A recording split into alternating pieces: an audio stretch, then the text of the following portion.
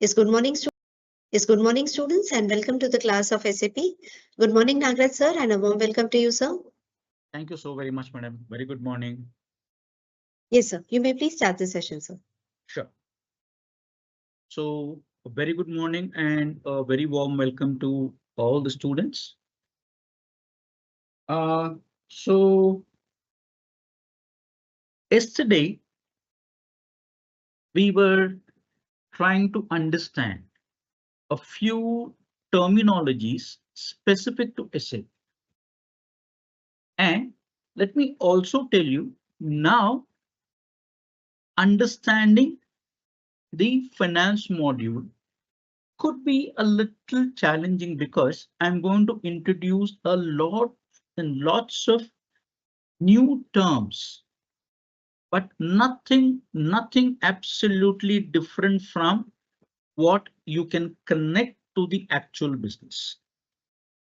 As I've always said, SAP should be understood only by understanding what you actually see and you have heard about in the business. Nothing, absolutely nothing different at all. After all, what is SAP? You are converting the business, whatever your organization was performing, and you are trying to use the SAP product to help your organization's everyday jobs, the routine jobs. Yes. So this is exactly how you actually can learn SAP. Convert all the understandings into the live business scenarios and your live business terms. That is all. Now, yesterday, lot many people had question as to what is a. Now let me start. Let me not take up. Let me go through all the things in a detail and in a methodical way. So as we discussed yesterday, we have the finance module. Why do we have to have a finance module? Because yesterday we already discussed as to why the finance module in your business or in SAP forms the key component. You agree with me? Because any business is nothing but your money, exchange of money. You get money, you spend money. Money goes out of your business, money comes into your business. So who else, who, who else can handle the finance exchange better than the finance experts? You're one among the finance experts, more towards the costing side, right? But you people are the most important component of the business because you decide, you form a part of the strategic decision making. I mean to say the cost and the management accountants. Now, whenever we are talking about the finance module, now we have understood why the finance is very much required for the business. So also the same logic applies to SAP also. Without the finance functionality, your SAP will not proceed, or rather cannot proceed. At least I have not seen any SAP implementations without the finance module. Why? Yesterday, we spoke about something called as the organizational structure.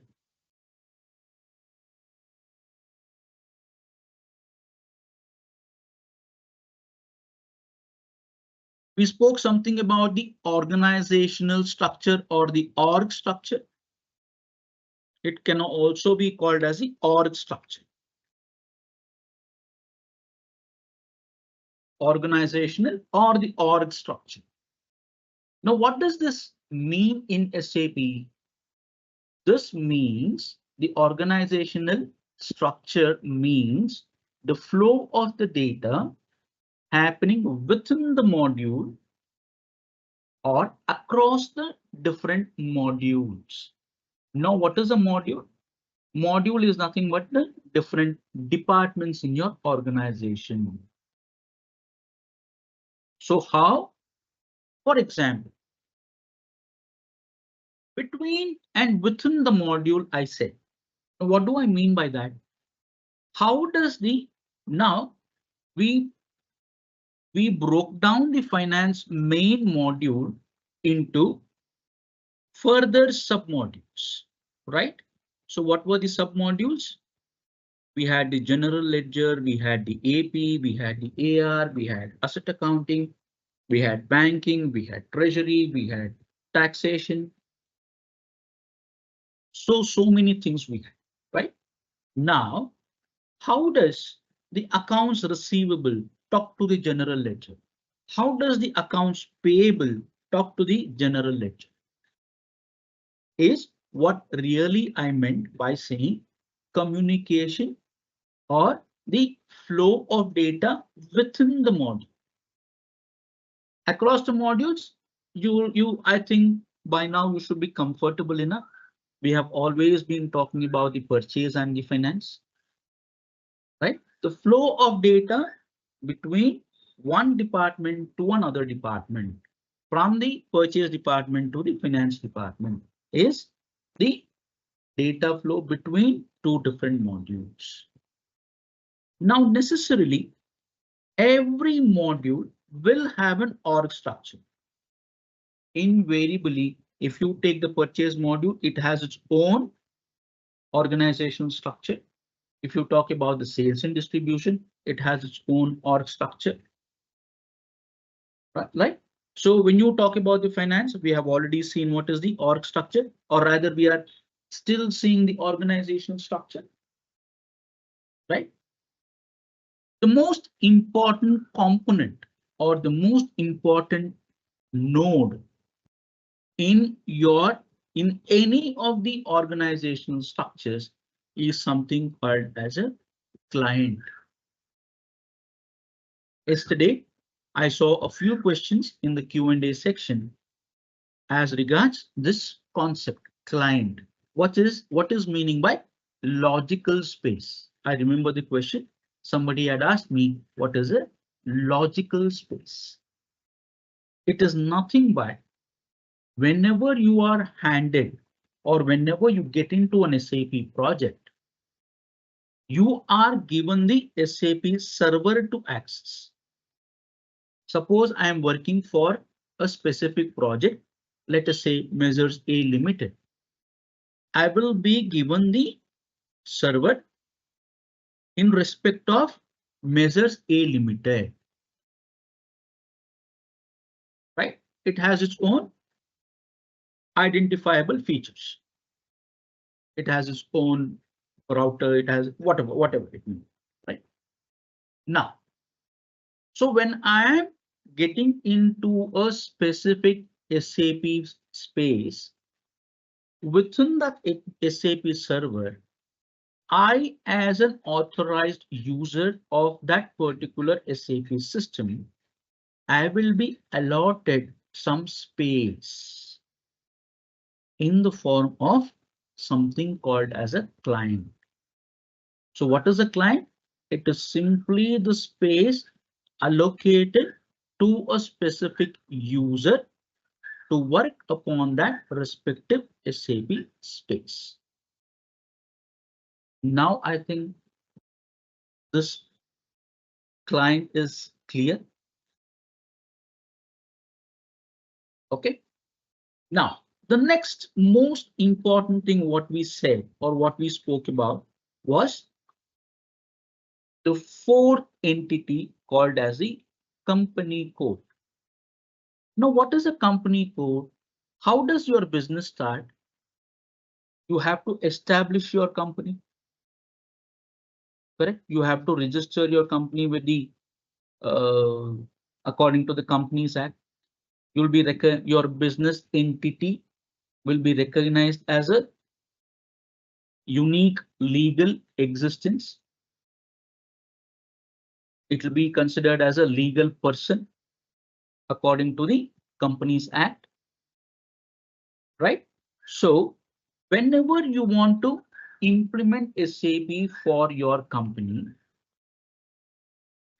you will also have to construct that company in your SAP system. Suppose I am implementing SAP for Hindustan Unilever Limited, or maybe say TCS, something. So, for example, your Hindustan Unilever Limited. I'm just taking an example, don't worry. Or maybe say even for Reliance. Don't I have to bring in, don't I have to construct this legal entity within the SAP system? So this construction of a legal entity, Hindustan Unilever Limited, or your Tata Group, or your Reliance, is called as the company code. It is called in SAP as a company code. Shall I pause here for a minute so that you will be in a position to understand what it is? Take a few seconds, try to understand what I'm trying to tell you. If you still feel it's a little complex, please get back to your Q&A section and post your question there. I will take it up. I'll just pause for maybe say a few seconds, allowing you time to understand this concept. Try your best to understand. Okay.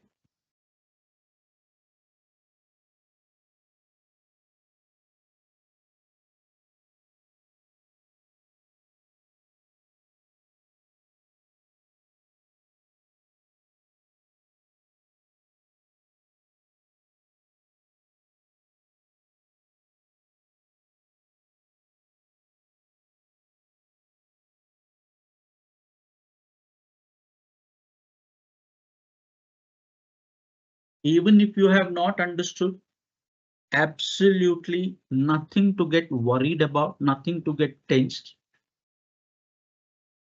As I've always been telling you, give yourself time to understand, but understand it thoroughly. I'm not explaining anything complex at all. Because you are at the end of the course, you are not expected to have the consultant's expertise. The aim of this sessions is to make you feel comfortable in the SAP environment. Clear?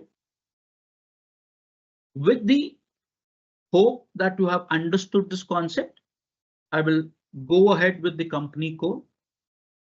So basically, what is it? It is a legal entity within the SAP system.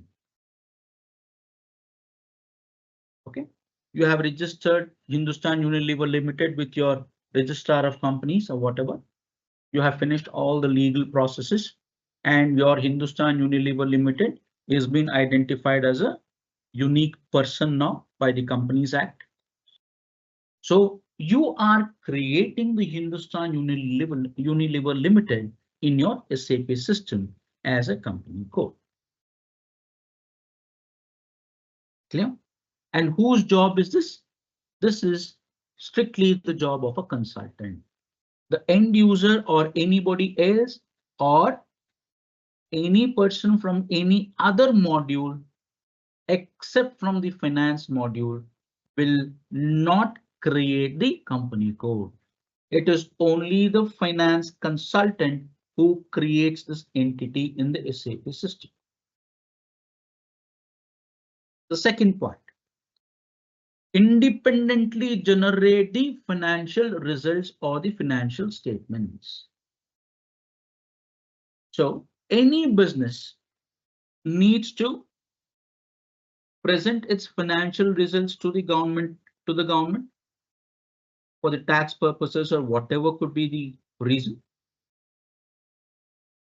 Correct? So you have your balance sheet, you have your trial balance, you have your profit and loss account, you have whatever could be the other results that you will be drawing based on whatever business you are doing, right?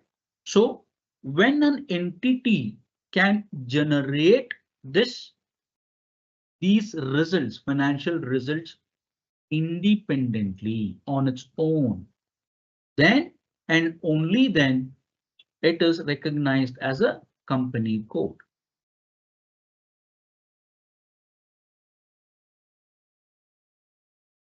Confusing or is it okay? Clear? Now, we had a scenario. We took up this scenario of a Reliance group. Now, what are we talking about? Reliance Group has so many businesses under it. You have the Jio, you have the Smart, you have Trends, you have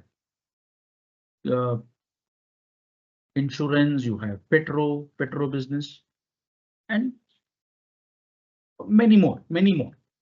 Reliance Fresh or whatever. Okay. Okay, let me put that also.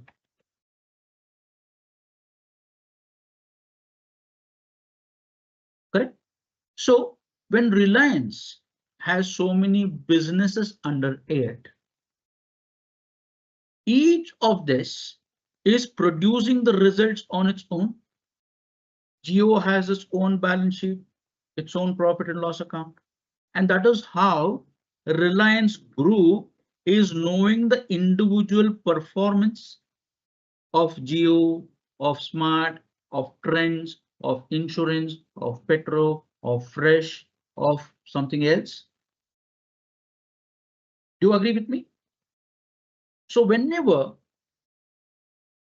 Reliance Group is announcing the result or publishing its balance sheet, it is presenting the result of the whole business.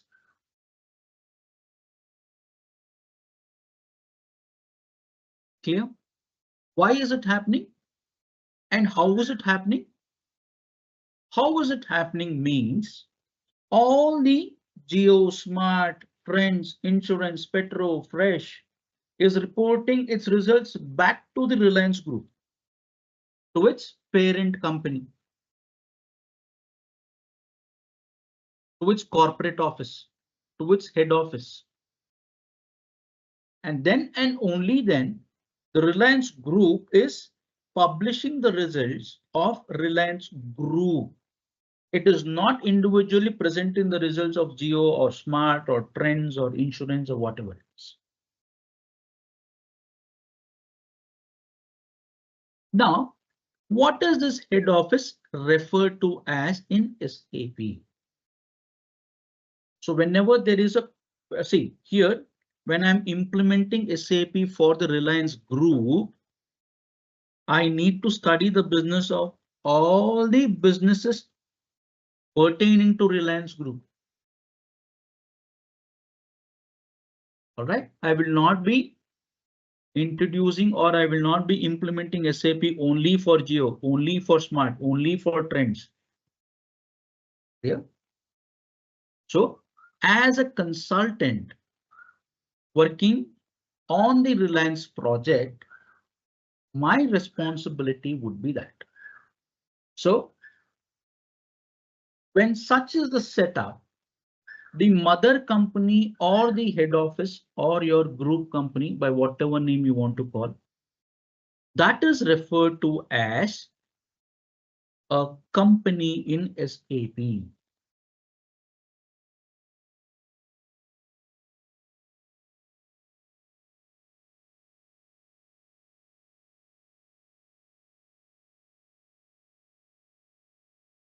It is the head office or the mother company or the group company, whatever it is, by whatever name you want to call.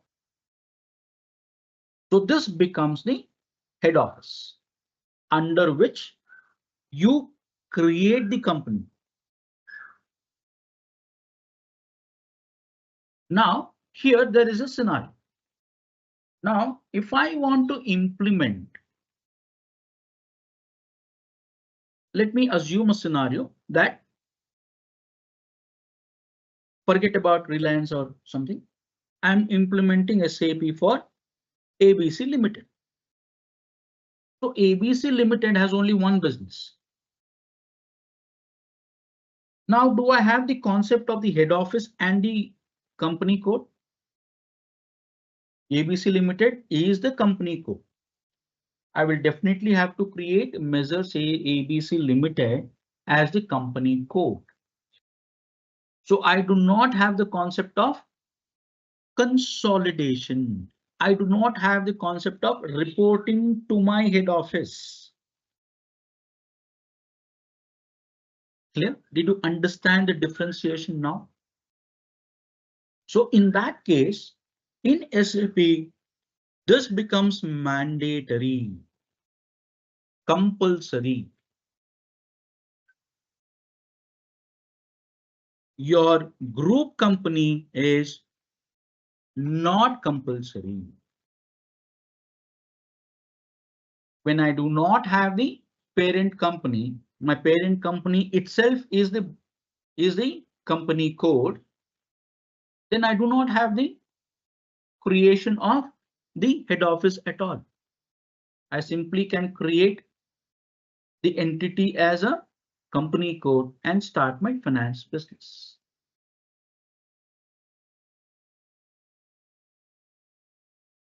Understood or not understood?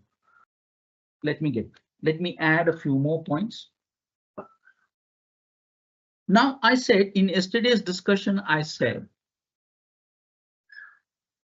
for a person who wants to take up consulting, SAP consulting and the finance as his or her career, the learning never stops at the finance module itself. He or she is also responsible for the management accounting side of SAP. Obviously, right? It's only the finance person who understands the management accounting also. So in that case, if at all, Measures ABC Limited also wants to have the management accounting module also used for its business, you have a concept called as, you have an entity called as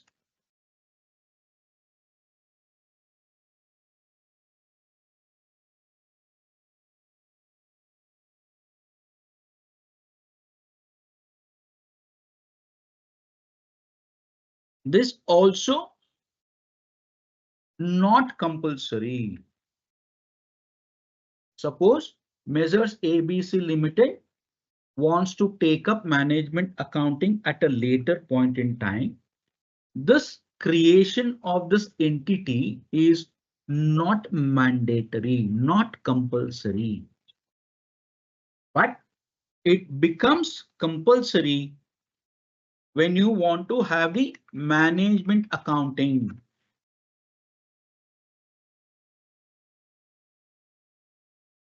Whenever Measures ABC Limited wants to have the management accounting also to be active, then and only then the consultant will create a entity called as controlling area similar to your company code. So for now, what did we learn? In the previous half an hour, we learned that the company code is the compulsory creation as far as any module is concerned. Even your purchase module creates its structures, creates its organizational structure below the company code. Same thing happens with the sales and distribution module also. Same thing happens with your HR module also. Is it clear? So the company code becomes the most critical of the organizational structure as far as the SAP project is concerned. No SAP project can happen without the company code. Because you should have the company to do the business, right? You should have some business entity, which is your company code. As simple as this. Nothing more, nothing less. Clear? Guys, I do understand that things may be getting a little complex. Of course, that feeling is very, very natural. But do not allow it to disturb your thinking. Okay, you should not start feeling that, oh, I'm not able to understand, or oh, is it so complex? Absolutely nothing. In the initial stages, it may sound a little difficult for you to understand, but not impossible. Okay. Clear? Now,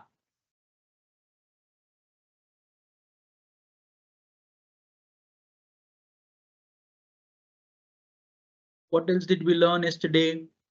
We learned some very, very interesting concepts, normal business concepts, very, very regularly happening things in any kind of a business. We spoke about concepts called as parallel ledgers and parallel currencies. Why do we think we should have this concept? Why do you think SAP should have ever given this feature? Now, you cannot, as I said, SAP is a global product. It is not that you use SAP only for the US business, only for the Europe business, only for India. It is not at all so. Now, today, I am having my business operating from Bengaluru, operating in India. But tomorrow, I may expand my business to any other country also. It could be Australia, it could be US, it could be Germany, it could be Dubai, whatever. So what is necessary? I should also understand how my businesses will report to the respective governments. I cannot follow the same accounting principles in Dubai. Whatever my business follows in India, I cannot apply the same principles for reporting or even for accounting in Dubai or in the US or in the Europe or in Australia or in Japan or in China. There could be difference for reporting or for operating the business also. So to satisfy the legal requirements of those specific countries, you have the concept of parallel ledgers. So I can have one ledger for Dubai reporting, one for the Indian reporting, one for US reporting, one for Europe reporting. Okay? And if I establish my businesses in the other countries, shouldn't SAP also offer me a feature to enter the transactions in those currencies? It could be dinar, it could be dollar, it could be mark, it could be pound, it could be Australian dollar. Shouldn't it allow me to enter the transactions using those currencies?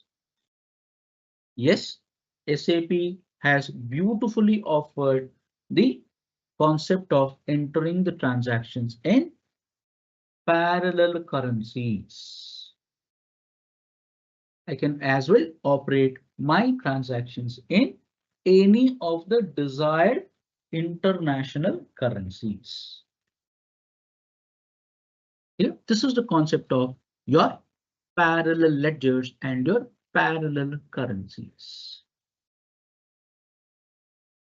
Because I took you through the, what should I say? The course content, and I saw these terms. That is why I thought it could. See, the only intention for now is to allow you to understand or to make you understand what SAP offers as a product. Clear? Okay, now I'm shifting between the finance module and the general features of SAP. Clear? As and when I saw some new terms, and as and when I thought it was a right moment for me to share, I have shared the information. But as and when you go through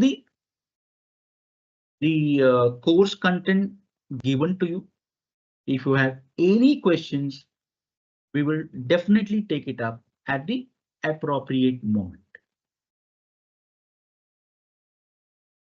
Clear?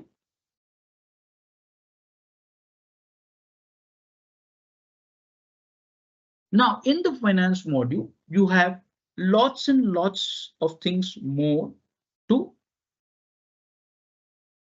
understand. All right, what SAP has to offer and how is it offering? How is SAP offering things in finance? So we'll go back to the slides and we will try to understand what we need to actually do. So we were in page number 200 plus 255 or something. Can you please, and again I repeat, this particular unit or this particular topic I will be dealing at the in the middle or maybe even in the last part of the discussion. I think by now you should be able to understand what is integration and what is the business processes. Okay, so we will definitely read these units in detail. Now this was our discussion. Madam, can you please confirm if you are able to see the course content? Yes, sir. Yes, sir. Perfect. Visible, sir. Visible. Okay, yeah. So now we have already seen this GLARAP. Please spend some time reading the slides.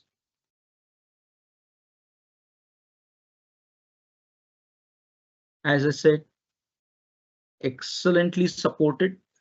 You have videos, you have obviously you also have the audio.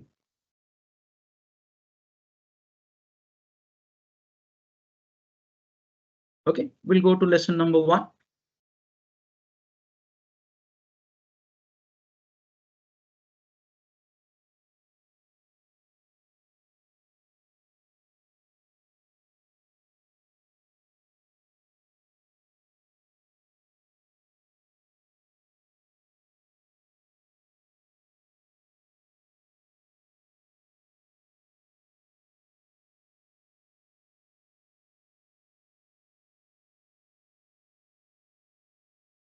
So we have seen this is the reason as to why I took up that parallel accounting.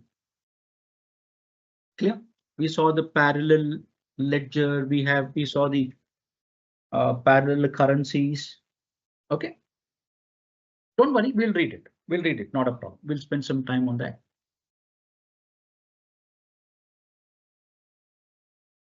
So this point we are already aware. Legal requirements, external reporting. I think by now you are comfortable with these terms. Post all the financial transactions, revenues, and the expenses, P&L statement, balance sheet. Keep the unchanged system for reporting.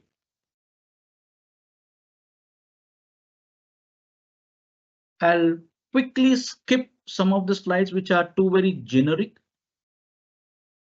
Instead of spending time, I think you'll be easily able to understand these slides. Very generic. Okay, so let me not spend time on this. Let me spend time on the key important things what SAP has to offer. Need for parallel accounting. So we saw this.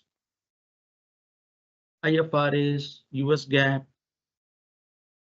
This is another accounting standard specific to Germany.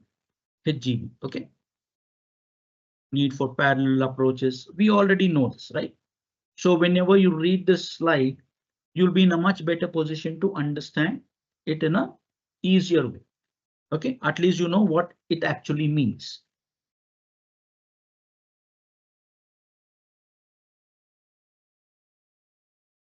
So we have already seen this, why parallel accounting should be allowed. All right. So we have already seen the ledgers. Yeah.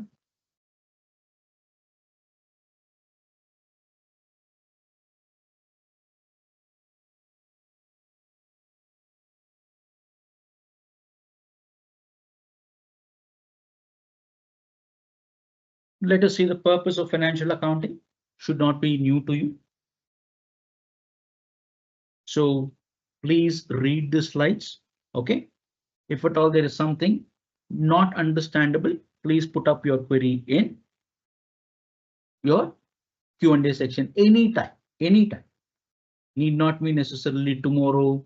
I will not give you like time to say that you should read all this by tomorrow and ask me questions. Absolutely nothing. Read this, but read whenever you want. Please read, because this has been prepared with so much of effort and wonderfully prepared.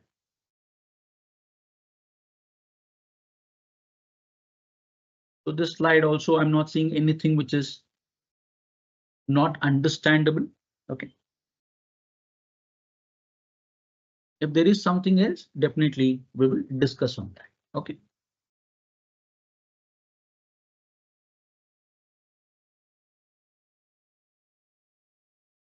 So we have already seen this asset accounting, GL, AR, AP, assets, bank, taxation.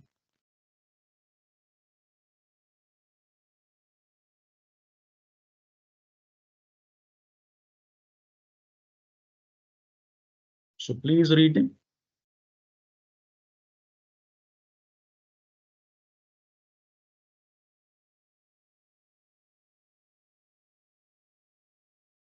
Let me not waste too much of time on this. So how does how does this accounts payable functions they take place within SAP, and how does the account receivable functions takes place? How is asset accounting happening in SAP? All these things we are going to take up. Okay. And they can also be called as subledgers. What is the concept of subledger? I will tell you. Okay. Okay. Now, since there is already something called as a subledger out here, do not get confused with this parallel ledgers. This is different from subledgers. Parallel ledgers is only for your reporting for the different accounting principles. Your subledgers are your individual customers, your individual vendors. See, Reliance, Tata's, Hindustan Unilever. All right. They could be dealing with hundreds and hundreds of customers, hundreds and hundreds of vendors. So each customer, each vendor, each business, they're referred to now We do not call them as vendors and customers. In SAP HANA, they are referred to as your business partners. Now we no more use the term customers and vendors. They are referred to as your business partners. Clear? So each of the business partner could be a vendor, could be a customer. They are referred to as your individual sub ledgers. Individual sub ledgers in SAP. Clear?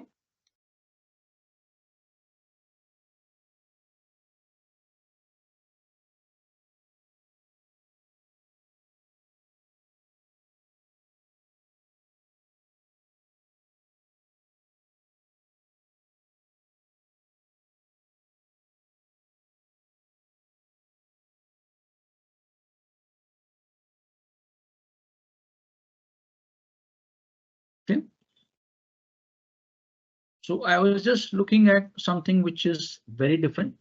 This is the most important of the modules, submodules in your finance module. One of the very, very key submodules within finance is your asset accounting. And there is a difference. So if somebody asks you how ECC is different from HANA, what is ECC? The earlier version of SAP, and HANA is the current version of SAP. Okay? Your asset accounting, the way ECC was handling asset accounting is now differently handled in SAP HANA.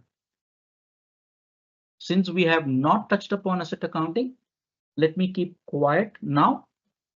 But it's just a heads up for you people saying that this also is the differentiation point as far as the ECC SAP is concerned and the HANA SAP is concerned. Clear?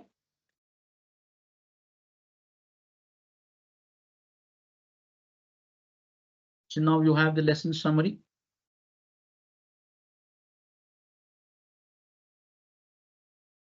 Okay.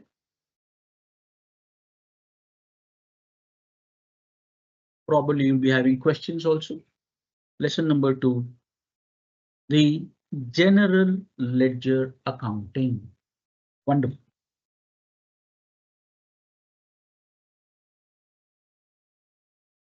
Any questions till now?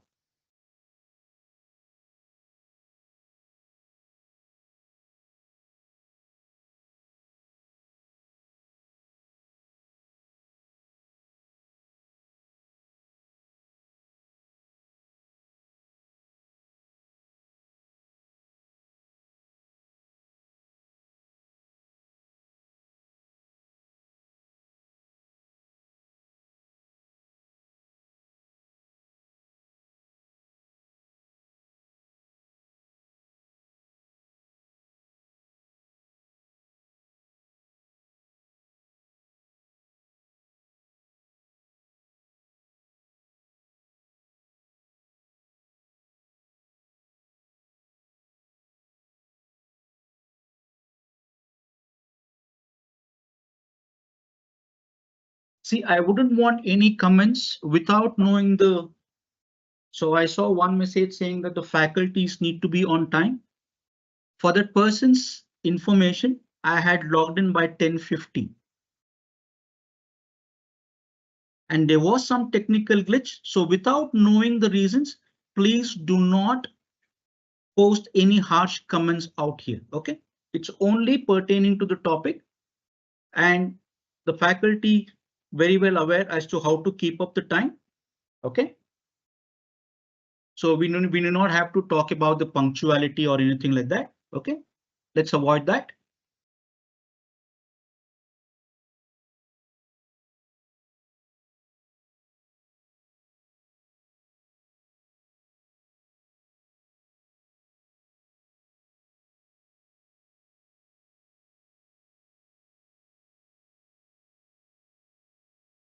Yes, there is a question saying that does each individual in an organization using SAP have a profile in the SAP to process? Yes, the profile meaning each individual user of the SAP system will have his own SAP user ID and a unique password.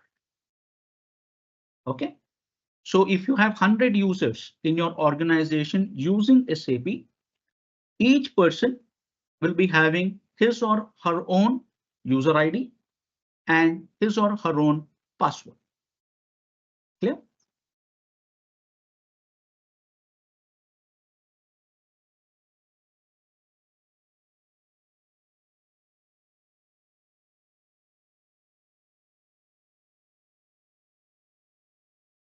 Okay, the client concept is still not clear. Okay, I'll repeat client and the company code once we come back from the break.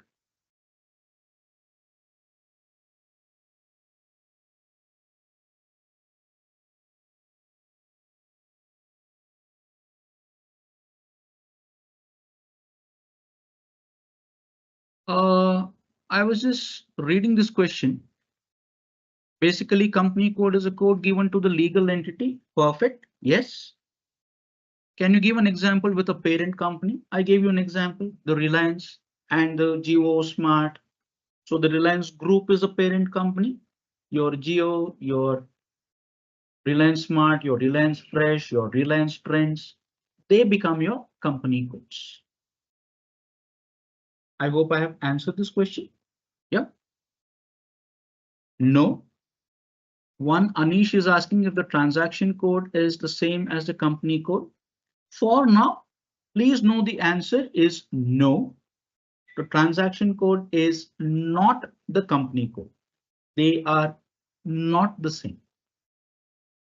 Okay, I will take up this question a little later. Okay, but now, as far as the current moment is concerned, it is a no. Clear?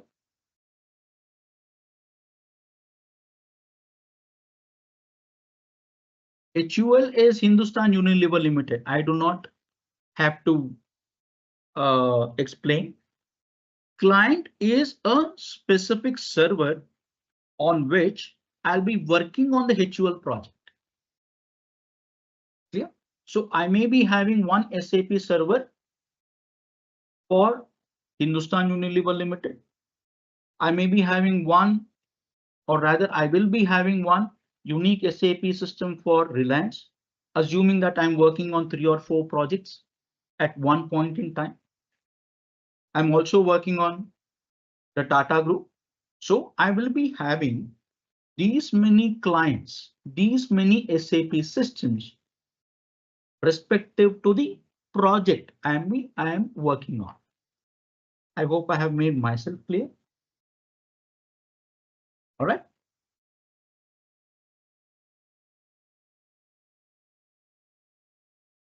Yes, Reliance will have multiple company codes. Okay.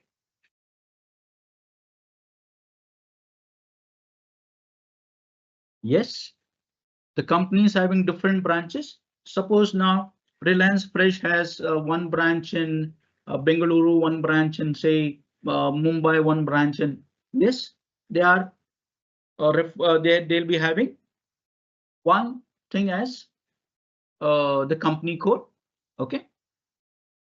How can I access previous recordings? Okay. The corporate office and the head office, they are the same. There is absolutely no difference between the corporate office and the head office. Clear?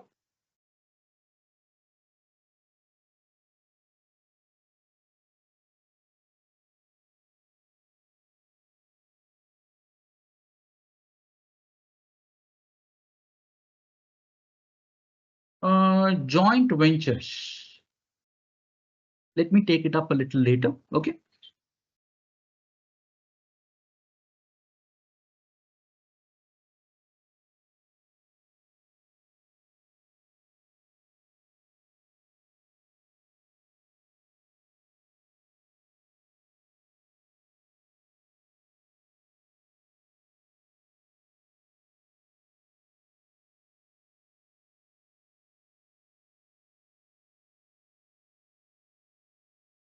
lots and lots of differences as far as ECC is concerned with HANA. Okay, one majorly it is a database. Majorly, HANA is using a different database. It is an indigenous. HANA itself is a database developed by SAP itself. In the earlier version, SAP was using in the ECC version, SAP was using Oracle as the database. Clear? How individual subledgers are created? Just hold on. Okay, let's not discuss as to how things are created, because this is the major job of a consultant. I'm answering the question as to how individual subledgers are created.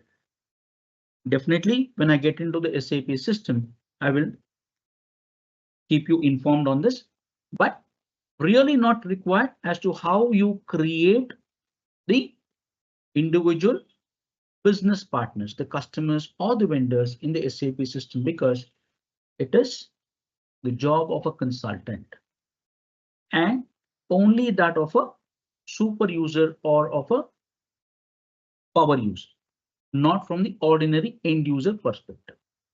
Clear?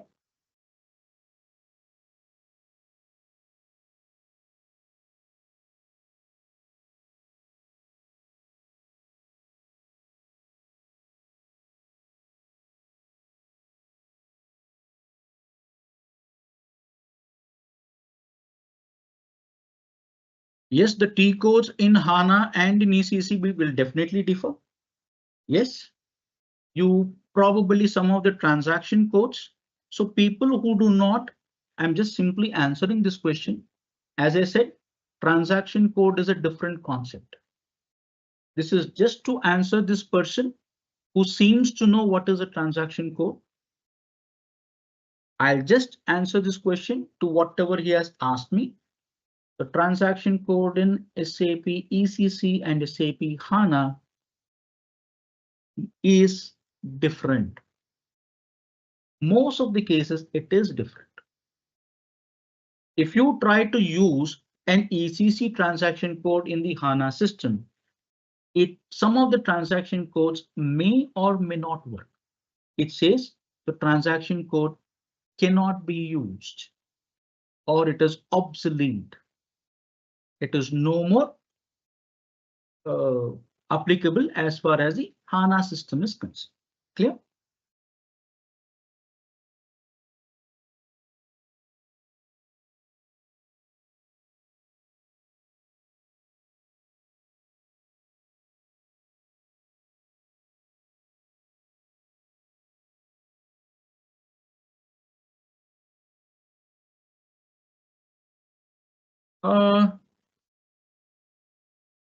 See, normally a very sensitive thing. If you want me to answer this question, you cannot log into the SAP system using the other user IDs. If that is the thing happening, SAP will immediately cancel the license. This cannot happen in the live SAP scenario. This will not happen. The sharing of the user IDs is strictly prohibited. Very strictly prohibited. Why? I will tell you the impact sometime later. All right. Never it is going to happen. And the second part of the question, you cannot log into two different clients in the same SAP system. In the sense, on the same laptop simultaneously, you cannot we cannot log into different clients in the same system. You should log out and log in. Simultaneously, it cannot happen. In the same system, if I'm logging into different clients, available. Yes, I can. I can do it. Okay, probably you'll be having a lot of clarity when we take up this.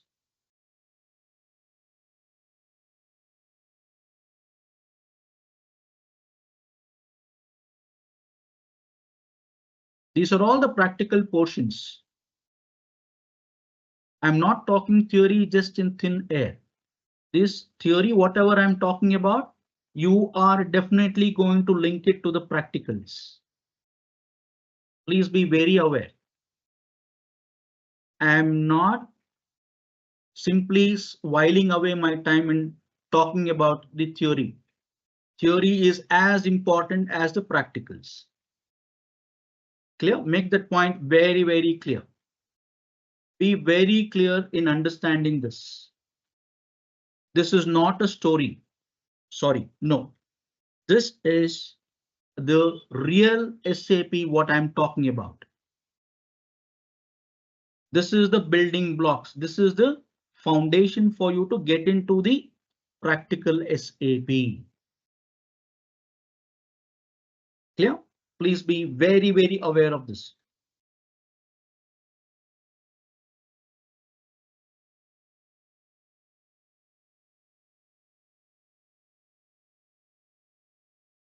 Is this mandatory to maintain parallel ledgers? See, it all depends. I have told you under what circumstances you use the parallel ledgers. It is up to you whether your business is expanding to the other countries.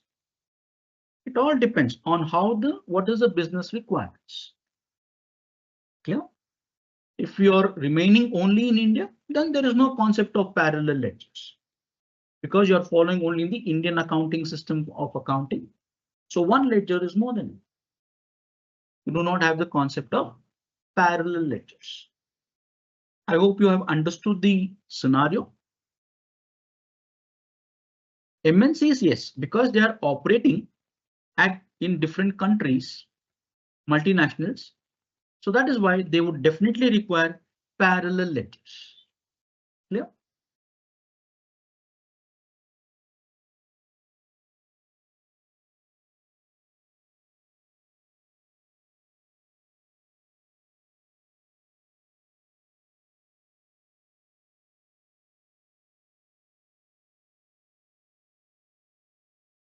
Madam, can we take a small break for 10 minutes?